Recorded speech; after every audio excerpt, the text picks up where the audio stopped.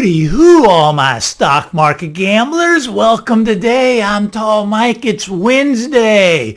What do we got going on today? Well, we got the rebound in the market. Are you liking this volatility? Look at the stock market is up, it's down, it's up, it's down. I actually enjoy this market. This is a great market if you're a trader. Now, if you're a long-term investor, this market is not letting you sleep too well at night. You don't know if we're going to be down 1,000 points tomorrow or up 1,000 points. But as a trader, this is a lot of fun. Look at on Friday we had that big drop, right? I mean, it just got crushed, 900 points. And then on Monday we rebounded. Now, why did we rebound? Well, it was oversold. And if you look at the oscillators that I went over in my last video, these can predict an oversold condition with about a 90% accuracy. It was a 90% chance that we were going to rally in the next 2 days after the big drop on Friday. And sure enough, on Monday, we rallied. After the big drop yesterday, Tuesday was yesterday, we had that big drop again. And the oscillators, they went down again below 60 on both of them. That means there's a 90% chance that we're going to have a rally in the next 2 days. Well, what happened? We're up 500 points out of the gate today, right? Up 500 points. Now, all of this volatility. Now, what's really happened? Well, when you look at it, the NASDAQ is barely off 1% from an all-time record high.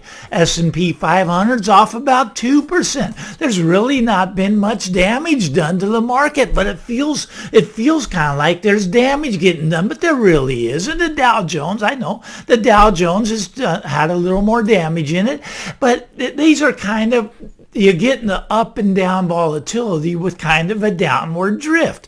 Now, I think we're still going to get a 10% correction. Maybe I'm wrong. That's just what I think. I think we're going to get that 10% correction. I think we're in that process right now. We're going to see more down days in the near future. That's what I'm predicting. I could be wrong. We could shoot right back up to record highs. I do not think this is the big crash. I do not think this is the stock market massacre. Now, do I think a stock market massacre is going to happen?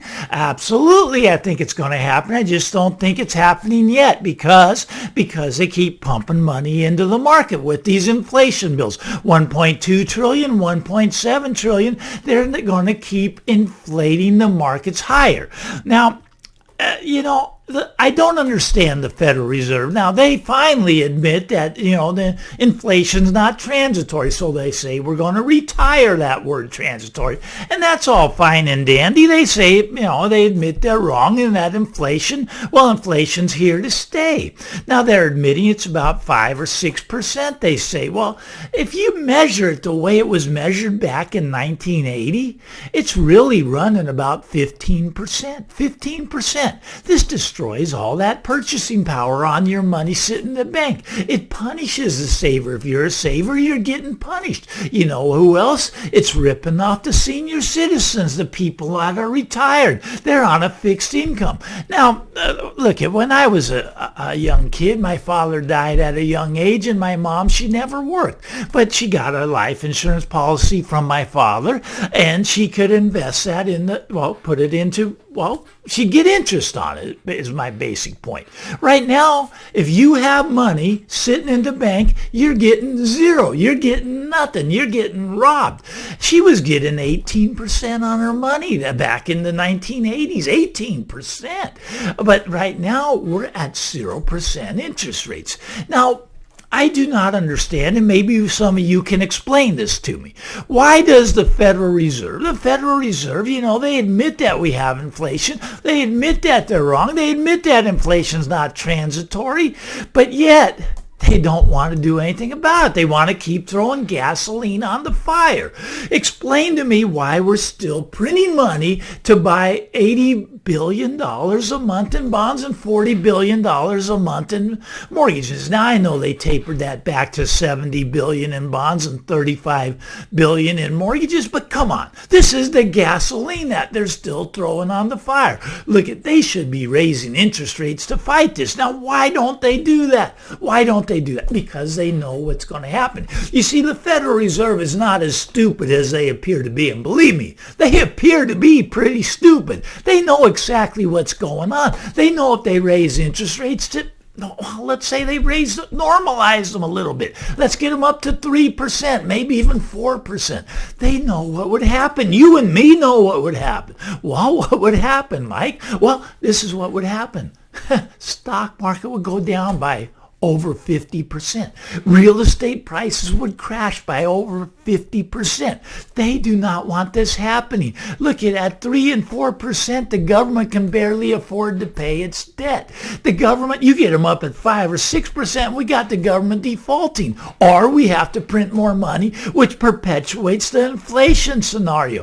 They cannot fight the inflation. They're done. It's over. But is it completely over for the stock market yet? No, it's not. The reason is that we're going to keep this inflation bills. Inflation bills, that's what I call them. 1.2 trillion. When you don't have the money, when you're going to have to print the money to pay for that 1.2 trillion, to pay for that 1.7 trillion, yes, these are inflation bills.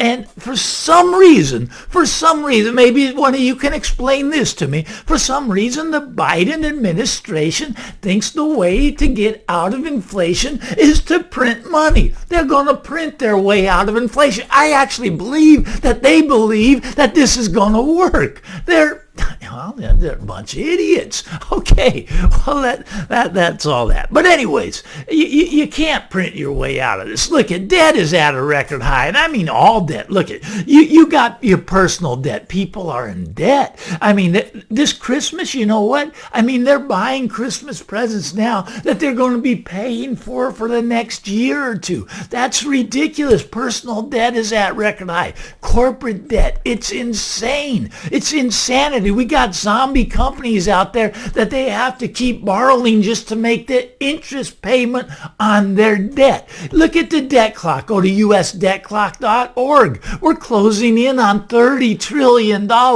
of government debt. This is not going to end well. Debt is at record highs. Now, what other type of debt is at a record high?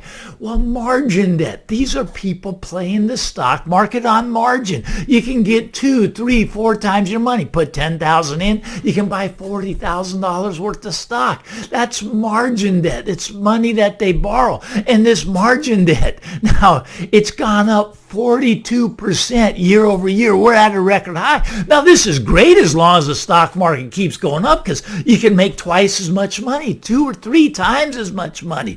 But when it goes down, oh my goodness, when it goes down, it just sends the stock market into a tailspin. And this is what's going to be known as the stock market massacre. It's coming. It's just not coming yet because they're still going to pump this money in. But this inflation is running away. It is runaway inflation. They're going to have a choice. They're going to have to stop these spending bills. They're going to have to cut back. They're going to have to raise interest rates. Our inflation is off to the races, and they're just going to keep punishing the savers, and they're crushing the poor people. Look at when poor people go to the grocery store, they cry. They cannot afford groceries. They cannot afford gasoline at $5 a gallon. I just paid over $5 a gallon just this last fill up. It doesn't make me all that excited. Yeah, I can afford it, but it's wrong. Look at gasoline should not be at $5 a gallon, but it's going to 10.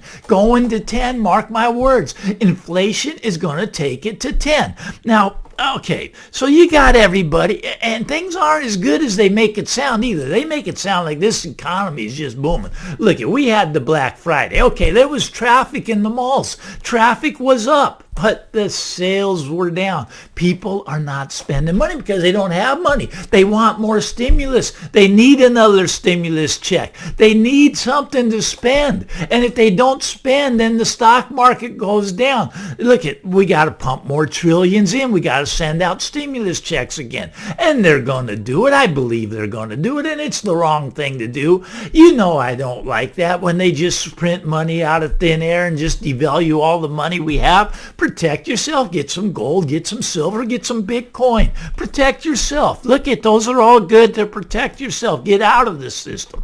Okay, so the stock market today up 500 points, right? 500 points. That's great. We're back to the races. Maybe we'll get that new record high. I don't think so. I don't think so. Be cautious right here. That's all I'm saying. Do your own research, but I'm being cautious right here. But I love this market. I just load yesterday, just load up on some calls. And sure enough, today, jump 500 points. I take my profits. Okay, now we may get another update tomorrow, but I don't think we're going to get more than just after tomorrow. We're going to head back down, and we may head back down tomorrow. We may head back down by the end of the day. This stock, it's got a downward drift to it now. I mean, yeah, it's more like instead of buying the dips, I'm kind of selling the rips. When it rips higher, I put the short trade back on, and it's drifting down. It's working for me, but do your own research. If you like this stuff, give me the thumbs up. You really like it, punch that subscribe button so we can talk later.